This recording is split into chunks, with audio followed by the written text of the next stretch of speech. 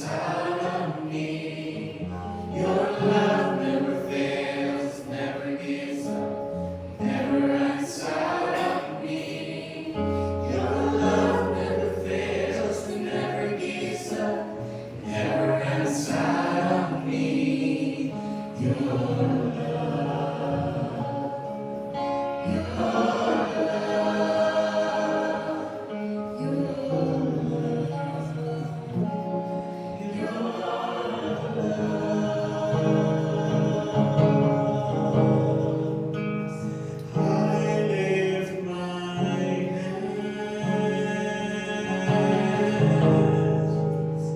I bring my song.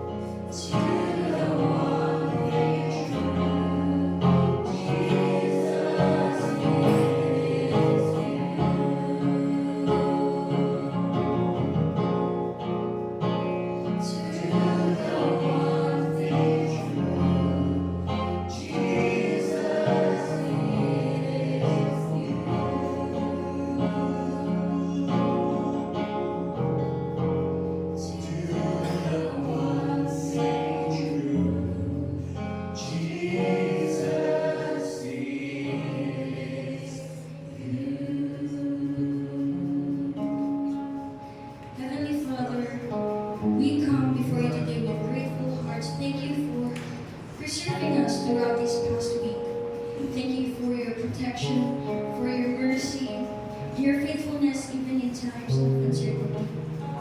Lord, we lift up those who were affected by the recent earthquake. We pray for families who experienced loss, for those homes and livelihoods that were damaged and affected, and everyone, Father, who continues to feel fear and anxiety because of what happened. Grant them comfort, strength, and provision and hope in times of need, Lord. In these moments when life feels unstable, Lord God, remind us that you remain firm. You are our foundation. And when storms arise around us, Lord, help us fix your eyes on Him. Fix our eyes on Jesus, Lord. Let us help us understand that everything happens for us to trust you, even we do not understand. And as we worship you today, Father, prepare our hearts to receive your word, remove distractions from our mind, and fill this place with your presence. In Jesus' name we pray. Amen.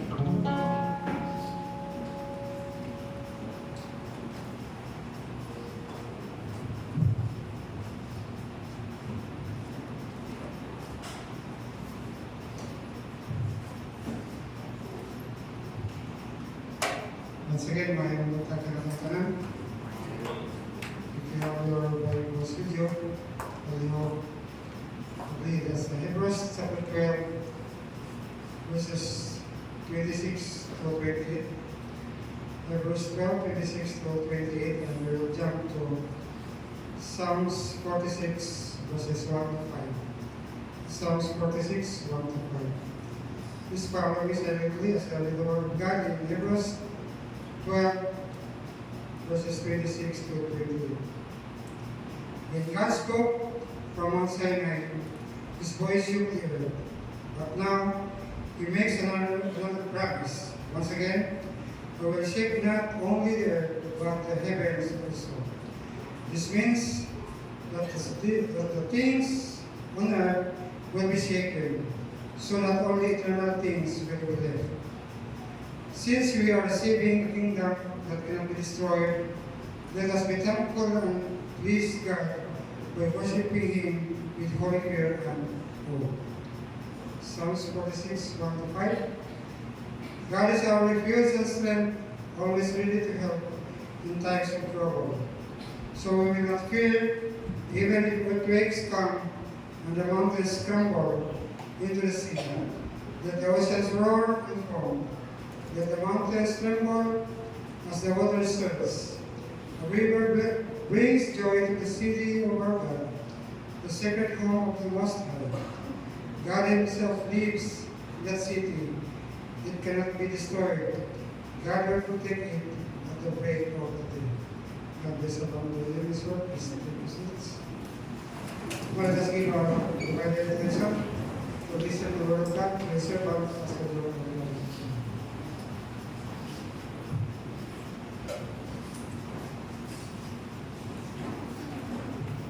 Good morning, CCF. Let us start with a prayer. Lord, as we ponder some message na imong i-share sa mga today, we beg for your mercy, we beg for your grace, not only for our church, but for all people worshiping today. We also consider those who cannot attend the church because their worship place collapsed. But today, we want to make use of this opportunity that we can listen and gather together amidst the calamity that's going on. Grant us, Lord, peace. Grant us, Lord, consecration. Grant us wisdom from your word. In Jesus' name, amen. This week, many of us experienced something that we never expected. Last Sunday, yung message na was about warning, or isampulan ka sa Ginoo last Monday. I don't know ang iyong story, but for me, that was the longest somehow and the strongest ever in my life. Kumusulti na ako. Sa 48 years na nabuhi ko sa kalimutan, that was really the strongest for me. Ngayon, ako pagsugod sa dino, iwas ko diha sa gate. Kung nagatempo ko, pinakalak pa. Yung gate, di mo open. Na-open na ako, tanong mo may poste ng patay. Umuyog na, murag sa ako, ang mato. Balit ako sarado. Then ang van, hinahiman nakatras, maski naka-handbrake, hapit ko na ipit. So, may nang nakalungso ko, pabanggan na lang ako ang van. One thing came to my mind, ako, short na gina akong kinabuhi. No? That was a frightening experience. Hindi ka pwede mag-deny na wala na hadlok. Kinsa di mahadlok na murag. Kay, naano ba ang earthquake na ana-ana lang, no?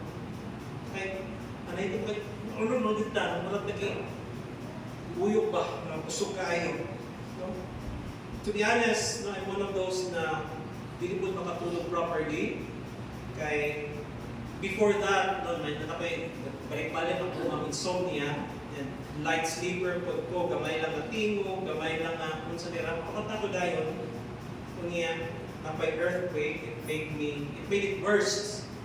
Okay, napay, ginatawag naman ng post-earthquake syndrome, no, mas ganingkot na ako katito, ang lapalapan ako, parang ano, parang ang memory sa muscle, sa tigil, parang i-recall niya ang muna kasi nasa kumato ko asa ko mag-work, dadala ko baso nga makita na mo ang tubig just to confirm I know you or sa akong mind lang ni na nang effect sa ako and gamay lang mas tricycle mo agi na iwan sa to aptik kaya ito ba so those things are mga negative effects. I don't know about you but that is the effects ako. Sometimes I'm not sure kung actual ba or sa ako utok lang. No? That's why gagawin ko bottled water.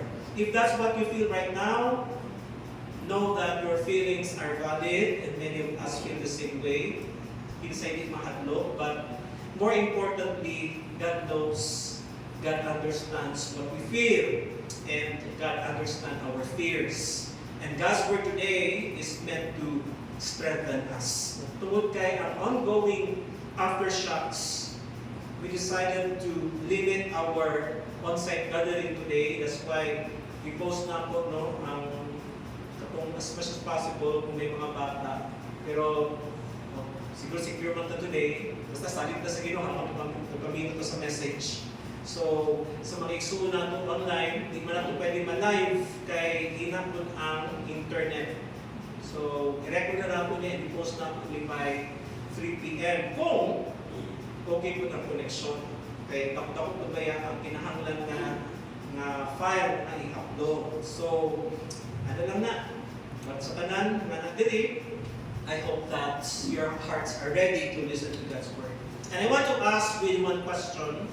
After the earthquake, kung saan ang nagdadagan sa inyong mind? What realization came to you? For me, an earthquake, it reminded me of a reality that we often forget na the things we assume are stable can suddenly shake. May mga butang na abi na to, mauna na masaligan na to. We thought it's the firm foundation, but just one shake. Ang shake na to, dili is about a minute. In just 1 minute shake, you're all gone. No? Dahil ang routine, Mondays, usually kami mama mo to me KCC, but ga-work up na ko, ga-ready na me, going to KCC, but karon late na ta. Na KCC room for the meantime. Dahil na po na katuan. Mag-change ang plano. I remember ang flight ni Michelle. No? Si Michelle is planning to go na sa Colombia. But sa airport pa lang, wala na yun. And our sense of security in just 1 minute can disappear. And perhaps the most sobering realization of all this is that there was absolutely nothing we could do to stop it. After 1 minute, it changed the lives of people. Na hindi na nato basta-basta na magaling. For a few moments, we are reminded that we are not as strong, not as secure, or as in control as we often think we are. We thought we're strong, but sa tinood lang, in just one quake, we are helpless. And that is exactly where today's message begins. When the earth shakes, God holds, God remains. Kasi gano'n sa mga tao, they live as though tomorrow is guaranteed. No? Himo plano, build sa career, establish a routine, save money, we secure our properties. Wala may malianan, no? But earthquakes have a way of exposing something we would not rather face, or we would rather not face, that we are not as in control as we think we are. No, ang mga teachers, grabe ang double time nila sa preparation, lectura, nila paggastos ng tanan. Ready na! Pag Monday, in just 1 minute, all efforts done. All efforts done. Business ni mo ang pilang katuig, in just 1 minute, disappear. May tag-iya sa hotel ko, Chereverde ba ito, nag-post siya, and then yung mga businesses down, all to zero, and she doesn't know where to start. So while the earthquake was happening, I was holding onto the gate. Nauna-una ko, ang naguna-una isa ko, na ba ni? Kaya building ikaw itanaw ba? Our worship place. And sila mama, may mga senior citizen na ba yan na nasa balay. But I was really surprised after the earthquake. Isa ba ako gari? And the only thing na natumba is kanang speaker sa likod. The rest are intact. Kani, sa kasultato, pwede ba yan intact po? Pero wala. That's the only thing na natumba. Sa balay, isa lang plato niligid, tanan cupboards, mga cup sa cupboards, mga bases, wala, steady. Maski sa aqua din sa gamit, wag dyan may nahulog ng mga computer or tanan, they're intact. Sa CR lang ako, mga shampoo sa hulog sila. That's how God reminded me that He still holds, even when your world is shaking. By God's favor and grace, our worship center has been preserved. It remains standing. Can we give God a clap offering for that? Salamat sa Diyos.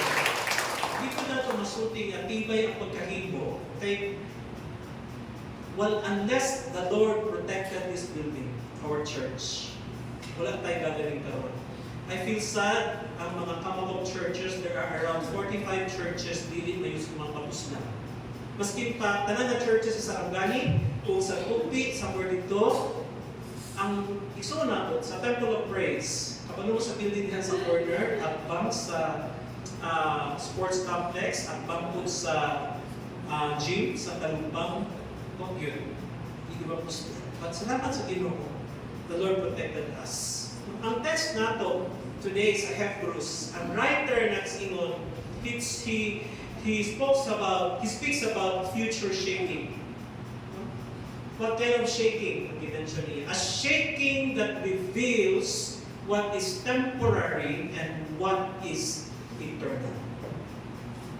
Diha sa shaking, iparealize sa Ginoo unsa ang ato ginapunta. Unsa ang ato ginatagaan panahon, unsa ang ginatagaan atong atensyon, unsa ang ginatagaan atong investment. And it will teach us temporal ba na or eternal ba na in just one shake. It is a shaking that exposes what can stand and what cannot. That's why it will help us again rethink. Kung saan ba ang atong ginahatagan ng importansya? What do we value? Are the things we hold on can really stand or cannot stand in one shake? In Hebrews 12:28 it says, therefore, since we are receiving a kingdom that cannot be shaken, let us be thankful and so worship God acceptably with reverence and awe. Ang earthquake na na-experience nato may shaken our surrounding, but it also presents an opportunity to examine our foundations. Ang lino, tutok sa atua para tanawon unsa ang atuang ginatuuhan ng atuang pundasyon. Because when the earth shakes, one question matters. What are we standing on? Now listen to this. Earthquakes remind us that everything built on earth can shake. But everything built on Christ remains secure. Salamat sa Ginoo na majority sa itong kasimbahan ng diri. I mean, igsuon na ito pa, mga palimalay, safe. Halos tanan safe. Except lang sa father nila, Brother Elmer, no? Na tumbay ng father. Pero secure yung itong balay. That's a blessing. Pasalamatan na itong Ginoo nga intact yapat itong palimalay. Some people are now living on tents, but we are still enjoying the comfort zones of our homes. So, ang tinuod na security, sa tinuod na makita sa buildings, sa possessions, sa careers, sa savings, relationships, or even our own strength. True security has always been found in God. Sa iyang kamot, sa iyang kabubuton, sa iyang mga plano, sa iyang mga purposes. And when something is shaken away from our lives, it reminds us that it was never meant to be our ultimate security. May mga tao magod, once naka-establish sila na okay ang dagan sa business, okay ang dagan sa finances, okay ang dagan sa relationship, they thought, secure na niya. Remember, money can be lost, careers can change, a relationship, it can fail, but God remains. Kung wala man ang possession, God remains. Sometimes, ang pagkuyog, pakita sa ato, kung saan atong ginagunitan yan. What do we help on to? What we are holding on to? And when God exposes those things, dapat we must be willing to release.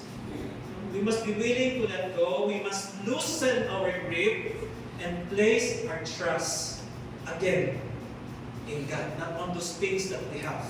At the same time, pay attention to what remains. Focus na sa dili ang nawala, focus na kung saan ang nagpabilin. For many of us, God's grace, by God's grace, ang pamilya nato remains. Sinama sa tinubuhin pa itong igsoon. Hindi yung mga igsoon o ginikana, mga anak, they're still alive by God's grace. Naglinog man, our lives remains. Naglinog man, opportunities remains. Naglinog man, time still remains for us to change. Time still remains for us to be redirected and to be realigned sa kabutod sa Ginoo. And perhaps that is the lesson. The question is not simply, what did I lose? The deeper question is, what has God graciously allowed to remain? And if everything is still intact, praise be to God. And kita nga na-spare sa calamity, nagpabili ang opportunity. Opportunity to focus on what really matters. Opportunity to realign ang ating mga priorities. Opportunities to use ang mga nahibilin pa nga oras nato. Ang nahibilin pa nga kinabuhi nato. So that we will learn to live for God's glory. And opportunity to take our walk with Him more seriously. Kasi napatay habits na napadin na, and a little shaking will teach us to let it go. Or batasan, or ang atong pagiging self-centered, it's time to be shaken off so that we will learn to be central to God, not on ourselves.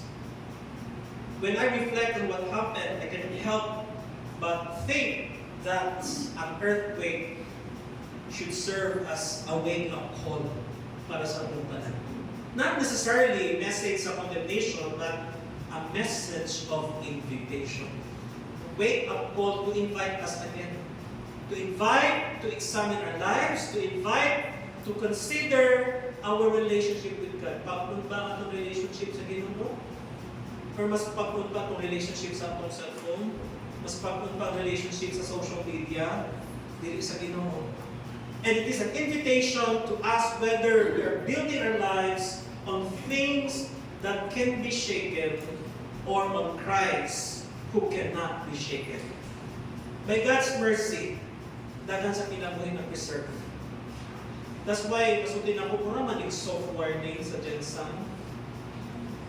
Ang timing ba na ang estudyante na pa sa flag ceremony, na pa sa open space, ang mga tao wala patanakato sa trabaho, and many of us were protected from far greater loss. And perhaps in God's kindness, this event has become an opportunity for us to stop, to pause, to reflect, and to listen to God.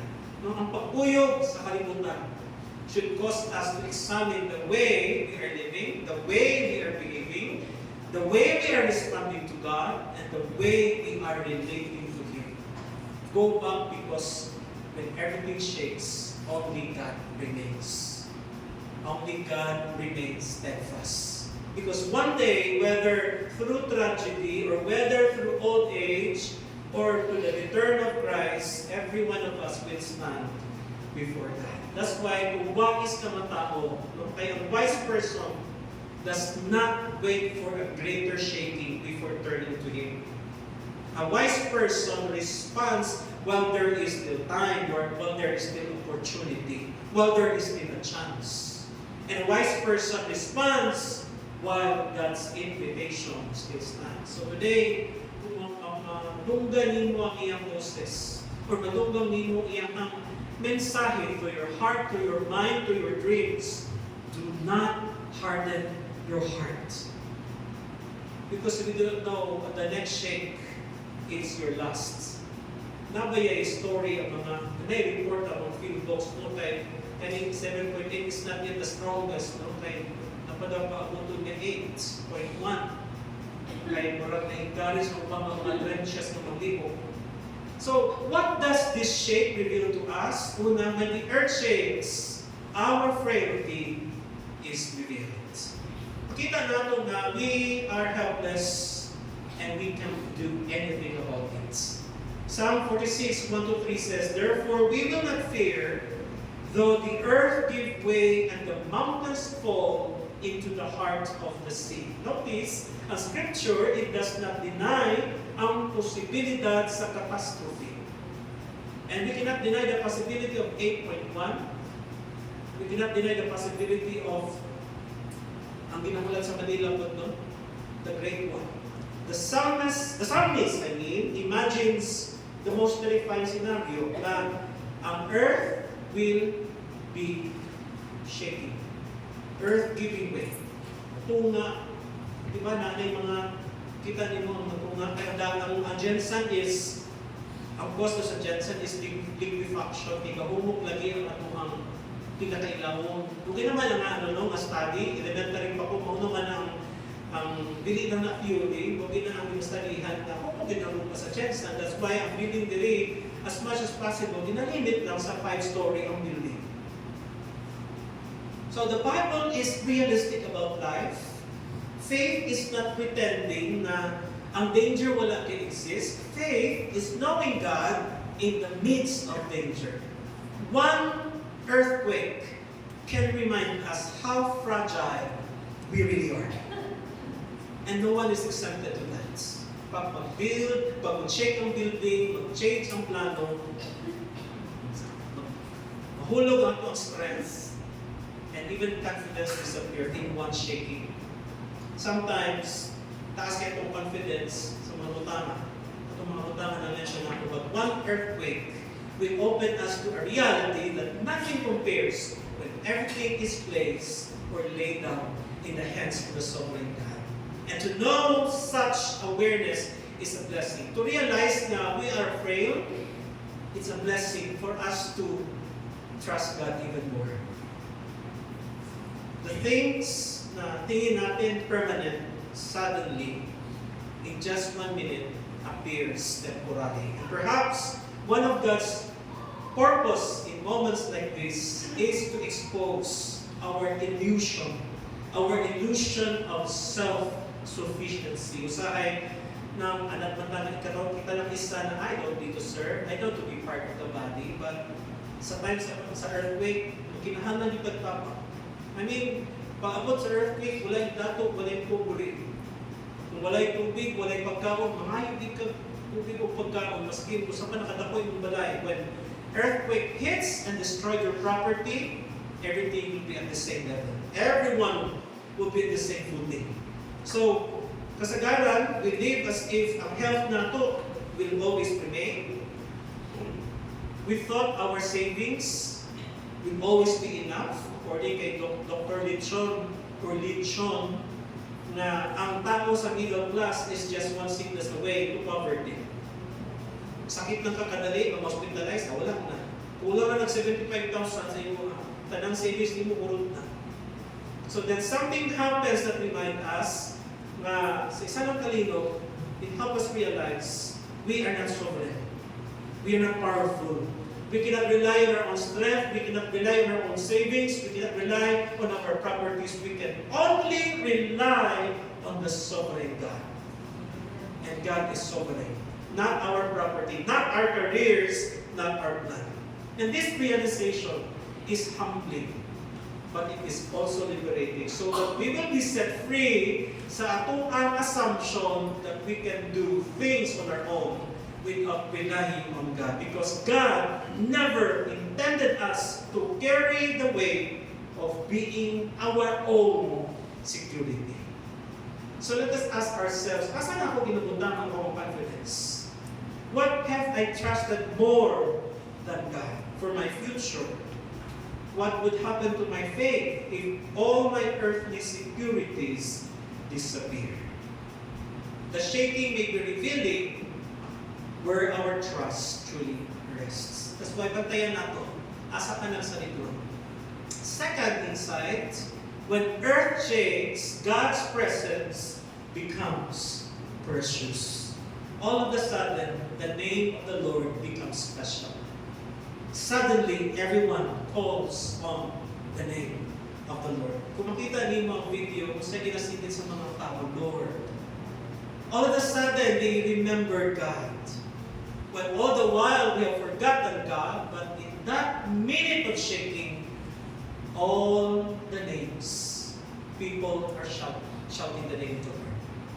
So to say, tutawag lang sa Ginoo in unison and simultaneously when we are in trouble. But of course, to call the name of Jesus is right. No, you cannot go wrong when you call on His name. In Psalm 46:1, it says, God is our refuge and strength, an ever-present help in trouble. Notice, nagisuti sa verse, it doesn't say God prevents trouble. It doesn't say God will prevent earthquake. God prevents all storms. And then sabi niya, He is present in trouble. That's why, kung na ako sa earthquake, na ako dito sa gate, kung mo, habang atras ang van, Lord, ano ginunalagi ko? Basta nagkuyo lang nila. Pag-ulit lang. Nalagi ko. Di ba? The promises of the Scripture is not a trouble-free life. The promises of the Scripture is God's presence in every trouble. But that's some mga believers, they think peace comes from the removal of the danger. Peace comes from the presence of God. Likewise, ang confidence natin today is not that ang earthquake dili na may kabo. Our confidence is that ang Ginoo nagpabilin na gabunit ka nato. He was with us during the shaking. He is with us during the aftershocks. And He will be with us tonight, tomorrow, and the days to come, and the years to come. The greatest miracle is not always about the absence of trouble. Sometimes the greatest miracles is experiencing God's presence in our trouble. Pakita niyo na po, God's presence is in our church during that time. And God's presence is with you, how He protected you. But please do not forget, please realize na we can avoid that trouble if we remain in God's will. Di na musali during the storm. Musali na before the storm.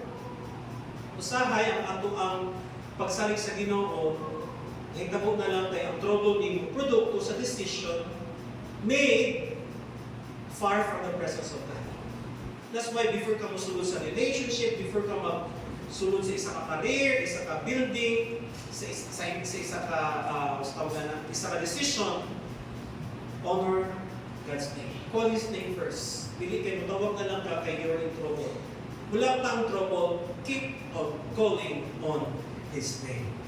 So let fear or trouble become an invitation to seek God's presence.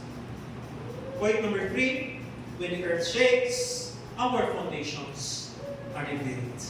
Hebrews 12:27 says, so that what cannot be shaken may remain.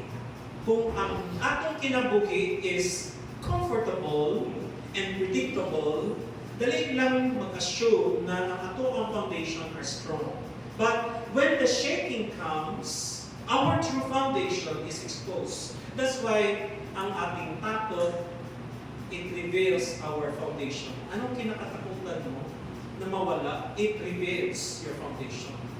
Yung bagay na kinakatakutan mong mawala, yun ang magiging pundasyon mo. That's the revelation. Loss reveals our foundation. That's why ang uban, kung biyakan siya, kuya, may pag-break, murag mahugmog yun, kay murag siya na ang imong pundasyon, hindi ng Ginoo. Uncertainty reveals our foundation. No, ang earthquake, mura siya x-ray ba nga, it reveals what lies beneath the surface. Sa Old Testament times, sa biblical times, even sa karon pa siguro, okay, na may mga farmers na naga-fresh and naga-winnow. Kabalo ko saan ang winnowing galing sa Bisaya? Basta di anak. Di ba before ka mag-harvest mo kumay, di ba ihampak mo gina sa, that is threshing. Kano kay may thresher naman. Pero kung ba sa bukid, kung wala'y thresher, ipukpok na para mahiwalay ang grain. And ang grain, pag nabutang na siya sa basket ba na? Monigo, that is winnowing, para mahiwalay pa yun ang grain. So, the shaking did not create the grain. The shaking revealed the grain. Hiwalay ang grain. Likewise, earthquake did not create our faith. It revealed it. Asa ka nagatuo, asa ka nagasalig, asa ka nagabunin. Moments of shaking expose what we truly rely upon. Kaya na ito na.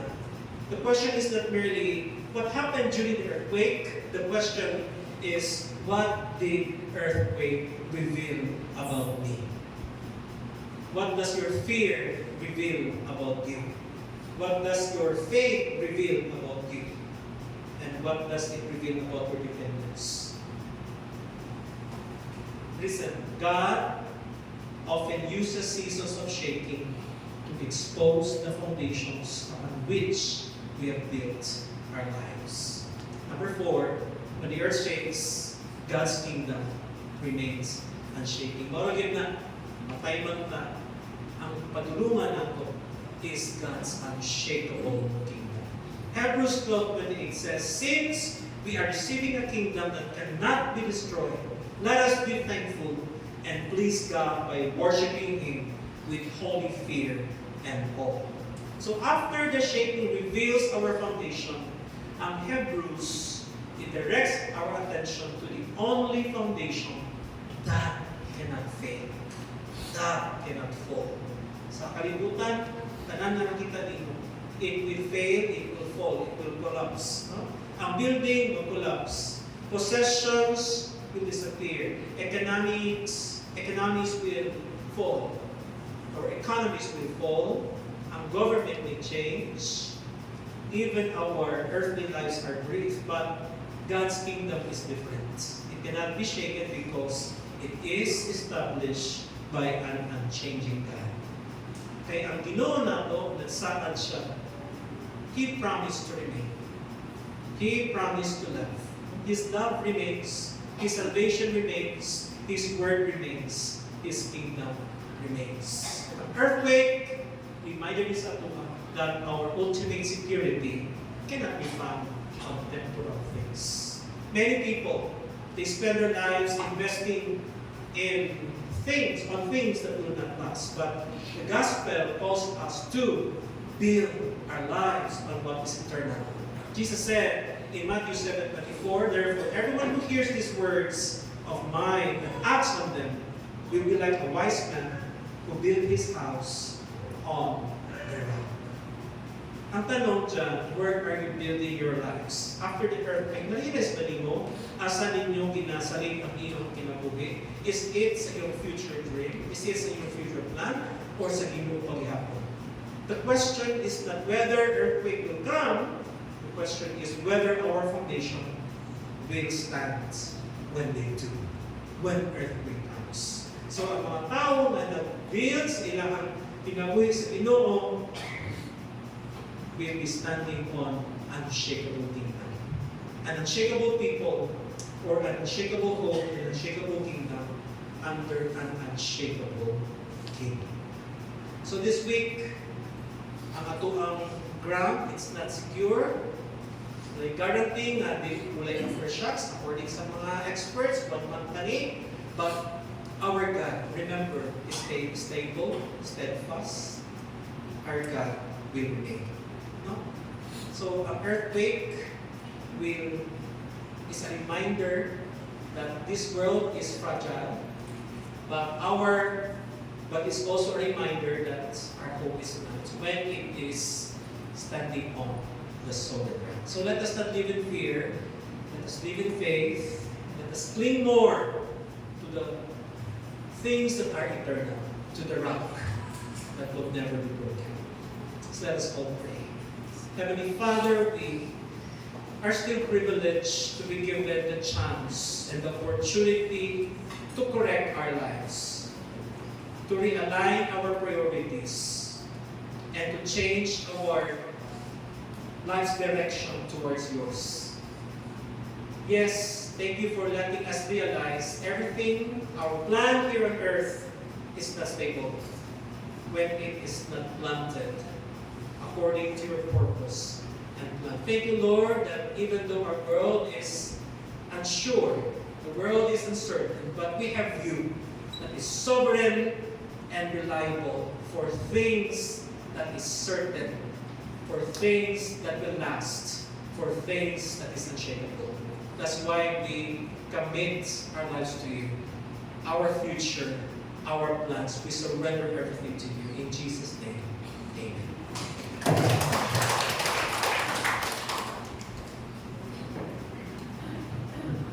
Thank you so much, Pastor Phil, for the timely visits.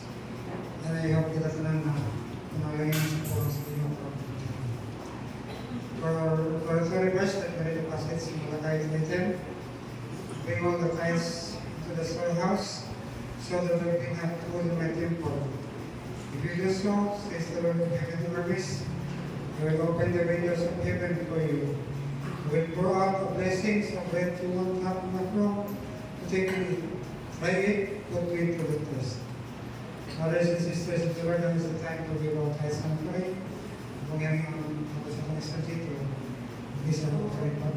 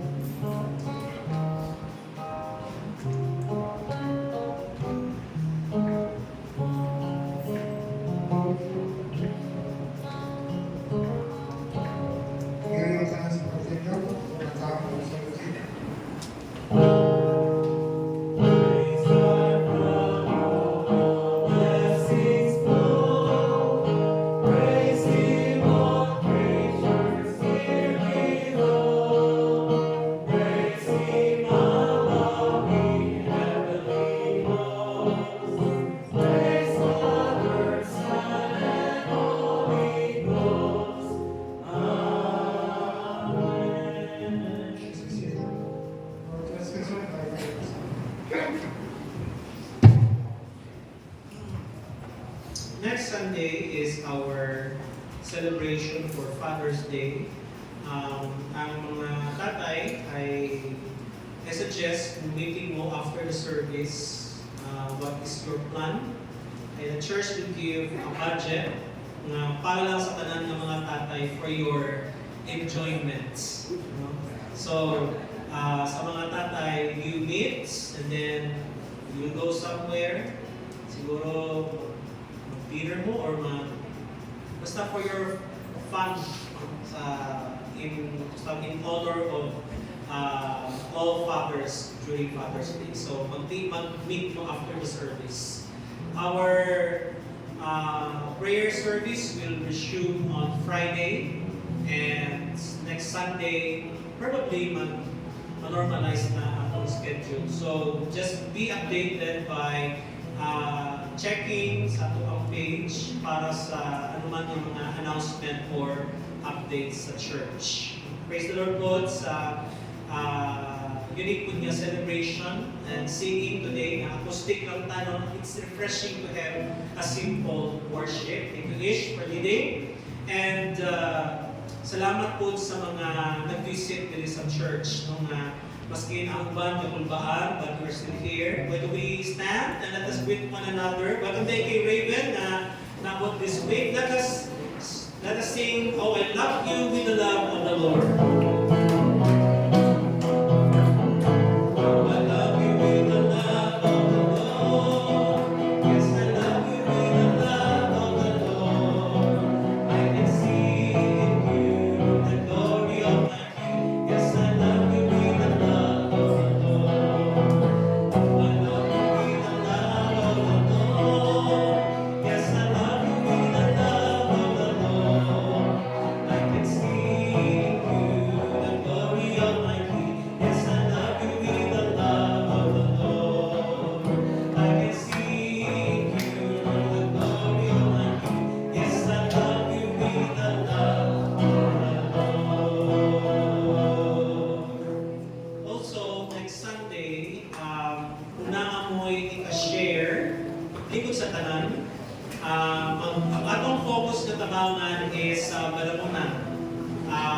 This week, kung na ako'y ma-share po, imo natin in church na ito as receiving. Kami daw po kay Teacher Joey, kung saan ang situation sa church, sa lugar dito, and kung saan ang basic need yun nga pwede nga ma-share sa simbahan. Ikali sila Teacher Joey dito, no? Kay sila po, no? So, nag-tent po din sila bago sila nakauli. May butag sa tanan. So praise the Lord no kay in spite of the spine sa kakusog, we are still alive. Amen. And ang sitwasyon karon sa Balangunan, inguna mo kung kusog diri mas kusog dito. Grabe ang 90% siguro sa mga balay damage. Included na dala sa kailaton-ton ilang manigidot.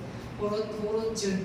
So, we are blessed kay ang among payag, diadto lang itong Friday, wala na damage na mabungkag lang mga nangatumba, but ang pundasyon wala dyan mo. Salamat kay kayo ninyo. Ang among na-experience dito is that tinod ka na tanin nagbalong-balong, nag-miog ka ng krapal. Ngudid na among na-experience together with the kids, the family, lain-lain namin tanan sa karsada. Kay bawal tanan sa baybay tungkol kay ang dagat, ni-move. Dako kayong bunas until now, bunas di hapon. Unya, lain ang linog dito kay pag-abot na ginamo diri pag amin na mo sige kaya mo linog. Ang linog dito, buto sa siya mura ka ni budalugdog. Dahil mo linog, una ang mutimaynahan, mura seconds, mga minutes, linog na po. Ang mga bata first and second day, grabe lang trauma niya. The third, mura wala na ginapakita sa ilaha. Karon kabalo na sila, bisa na linog, nagkandagan, ito unang nilagit sila. Ang kinahanglan sa mga tao dito is trapal. Unagid na. Kaya katong pag-adto dito sa uban na nakaabot na, kulang gid sa trapal, magdagan-dagan gid sila mga yung trapal niya. Not enough man. Ikaduha, kaya may mga food na abot dito. Tubig. Tubig food. Kaya ang tubigan na uba jud as in. Kunya ang gihimo namo na mula may generator sa school para lang maka-produce ng tubig. Kay okay po man iyahan katong sa connection with sa main. gi-connect nila tonton para makahatag lang tuwing makainom. Pero dili pa gid enough.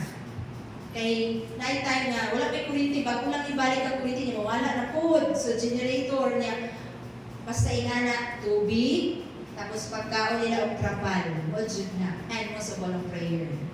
Mo gid na. So salamat sa suporta ninyo sa prayer, salamat sa tanan. May siguro no po, salamat teacher, any amounts na pwede natin matigom, mag-focus ta sa trapal, and daghan man ganda lang food dito po, trapal or balikod siguro para may higdaan sila. Muna siya. I hope nga this week ma-open ang land bank, no, kay napakita, di po ta maka-withdraw, di po ta maka-deposit, kay sarado pa ang land bank. So let's pray na this week mag-gather ta and soon ma-deliver po ta or makisakay ta sa other nga sa tawanan ng mga grupo na nagahatod po dito missions. So let us consider that in our prayers. So we all rise and let us sing our closing song.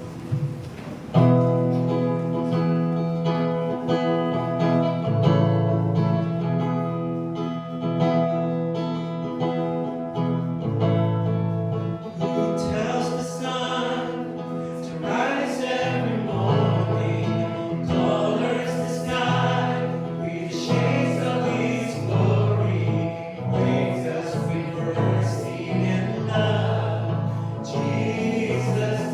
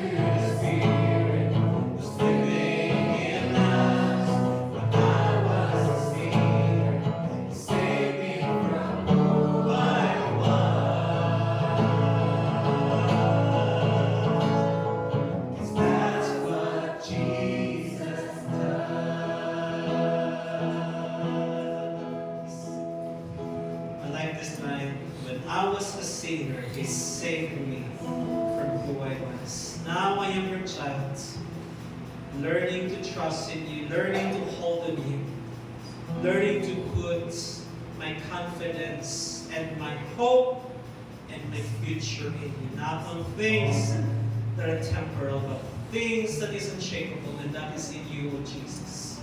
Father, as we leave this place, again remind us, Lord, that as we go back to our homes and to our faith, to our work, help us realize that those are not the things that we should trust, but still in you. Because those things are not permanent. We put our faith to the one that will bring us to a life that is eternal. Thank you for the second chance. Thank you for giving us still opportunity to once again renew our lives with you and to walk seriously with our journey of faith with you. We pray, Lord, sa mga lugar na labahaan. I pray, Father, for provision once more, for people who do not get tired of helping one another, for more support to be poured into places heavily affected by the flood and at the same time by earthquake. Secure your people, Lord, by their trust in you. In Jesus' name, amen.